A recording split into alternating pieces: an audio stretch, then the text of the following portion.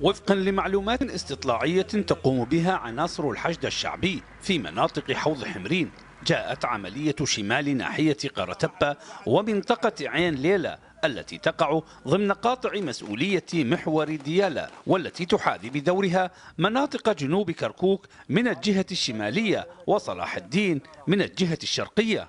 القوات نفذت هذه العملية لواء 62 محور جنوبي ولواء 23 محور الشمالي وقيادة والقوى الخاصة لقيادة قاطع عمليات ديال الحشد الشعبي.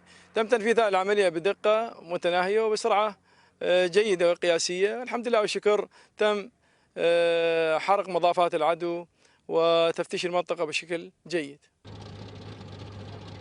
وعلى الرغم من تضاريس المنطقة المعقدة جغرافيا، تمكنت قطعات الحشد التي شكلت محورين، الأول أنيطت مهمته إلى اللواء 23 والثاني إلى اللواء 62 تدمير مضافتين لجماعة داعش هي حصيلة العملية. شرعت بعملية أمنية واسعة على مضافات العدو في تلال حمرين وبالأخص من منطقة عين ليلى القديمة.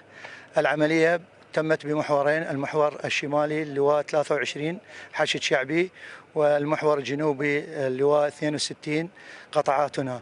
تمكنت قطعاتنا والحمد لله من الوصول إلى أهداف العدو بسلام، على الرغم من أن المنطقة وعرة لا يمكن الوصول بالآليات إليها. تمت العملية وبنجاح.